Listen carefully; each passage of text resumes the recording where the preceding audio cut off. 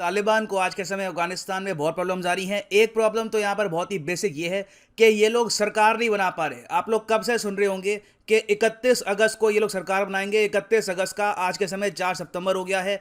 2 बार Taliban openly कह चुका है कि अभी सरकार नहीं बनी, अभी सरकार नहीं बनी। रीजन देखिए यहाँ पर दो हैं। पहला तो ये है कि तालिबान के लीडर्स आपस में पावर को लेकर लड़ रहे हैं कि किसके पास जरा मिनिस्ट्रीज आएंगी, कौन जरा यहाँ पर पावरफुल होगा। एक इशू यहाँ पर ये है। दूसरा यहाँ पर इशू ये भी आ रहा है कि पिछली गवर्नमेंट के जो अकाउंट्स है तालिबान प्रॉपरली एक्सेस कर नहीं पा रहा। अब यहाँ पे आप कहोगे पिछली गवर्नमेंट के अकाउंट्स एक्सेस नहीं कर पा रहा, इसका क्या मतलब है? तो देखो यहाँ पर हुआ क्या है कि गूगल ने एक बहुत ही बड़ा डिजिटल स्ट्राइक किया है उन तालिबान। इन्होंने पिछली सरकार के सारे जो अकाउंट्स थे, गूगल अकाउंट जहां पर जीमेल, गूगल ड्राइव सब कुछ था, जो लिंक थे उनकी मिनिस्ट्री से, ये सब कर दिए हैं ब्लॉक और तालिबान को इसका एक्सेस अभी के लिए मिल नहीं रहा ना। यहाँ पर आप पूछोगे कि गूगल ऐसा कैसे कर सकता है?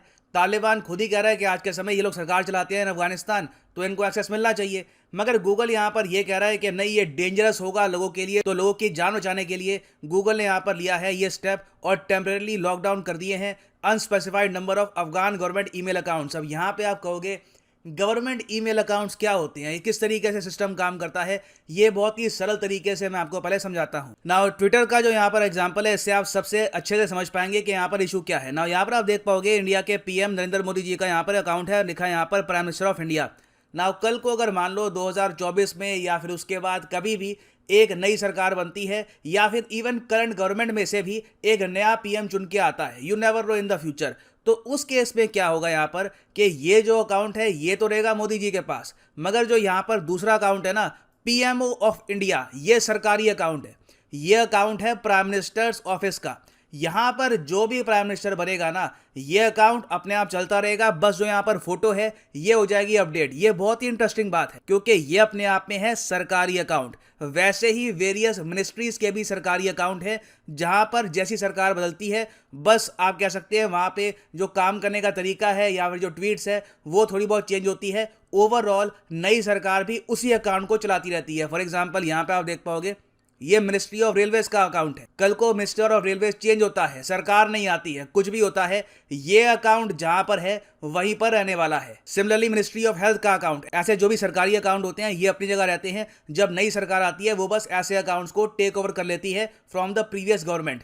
अब जैसे ट्विटर के ये अकाउंट्स है ना, वैसे ही ईमेल के अकाउंट्स भी होते हैं। जीमेल, याहू मेल, वेरियस जो आज के समय ईमेल प्रोवाइड करने वाली जो सर्विसेज हैं उनके भी सरकारी ईमेल अकाउंट्स होते हैं। और जब भी सरकार बदलती है तो जो ईमेल अकाउंट्स है ये प्रोवाइड किए जाते हैं टू द न्यू गवर्नमेंट, ताकि वो टेक ओवर कर पाए और देश को प्रॉपर्ली चला पाए। ना यहाँ पर आप कह सकते हैं कि अच्छा, यूएस कंपनीज ये सब भी कर सकती है कि जब एक नई सरकार पावर में आ रही है तो उनको प्रॉपर तरीके से जो एक्सेस है ईमेल अकाउंट्स का या फिर और जो अकाउंट्स का एक्सेस है ये रोक दे। तो ये तो अपने आप में बहुत पावर है यूएसए के पास।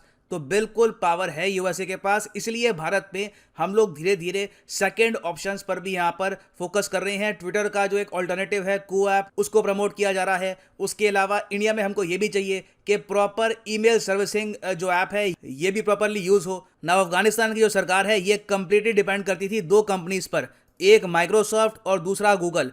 जो भी इनके सरकारी यहाँ पे अकाउंट थे, ईमेल वाले, फाइल स्टोरेज वाले, गूगल ड्राइव वाले, जो भी अकाउंट थे सरकारी अकाउंट, वो गूगल में थे या फिर माइक्रोसॉफ्ट के अकाउंट में थे। तो अब तालिबान पावर में आया है, इन्होंने ये कहा है कि पुराने अकाउंट हमको तो सरकार चलानी है हमको।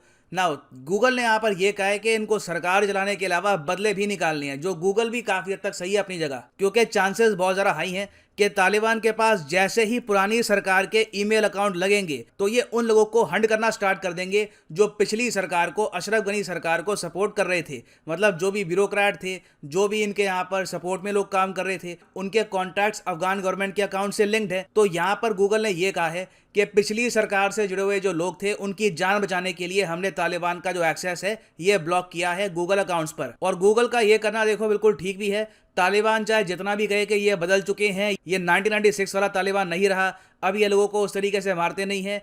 रियलिटी ग्राउंड पे कंप्लीटली डिफरेंट है। आपको पता होगा अफगानिस्तान में ऑल टुगेदर म्यूजिक बैन हो चुका है। सड़कों पे, गलियों पे, रेडियो पे, कहीं भी म्यूजिक वहां पे अलाउड है नहीं। तालिबान इस एक्सट्रीम पे भी जा रहा है कि अफगानिस्तान में जो एक दो फोक सिंगर बचे हुए थे उनको भी ये मार रहे हैं इंश्योर करने के लिए कि म्यूजिक बिल्कुल ही दफन हो जाए।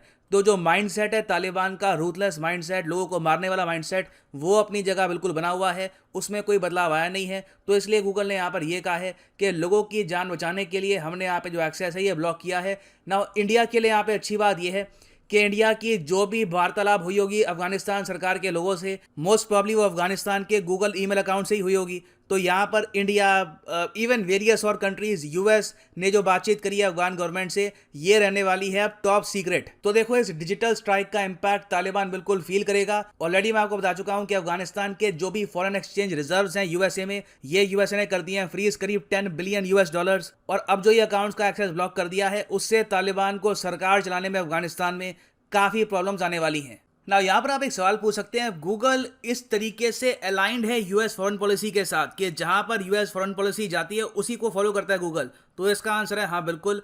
बाकी देशों में भी आप अगर देखो तो जहां पर भी यूएसए ने सैंक्शंस इंपोज कर रखे हैं, गूगल वहां पर एडसेंस अपना ऑन नहीं रखता। मतलब कि गूगल वहां पे कंटेंट क्रिएटर्स को रेवेन्यू प्रोवाइड नहीं करता। फॉर एग्जांपल यहाँ पे आप देख पाओगे ये सब देश और रीजन है।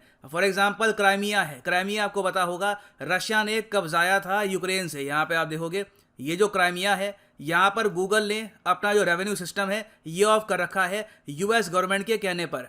सेम काम कर रखा है उन्होंने क्यूबा में, ईरान में भी सेम काम है। आपको ईरान से इतने यूट्यूबर क्यों नहीं दिखते?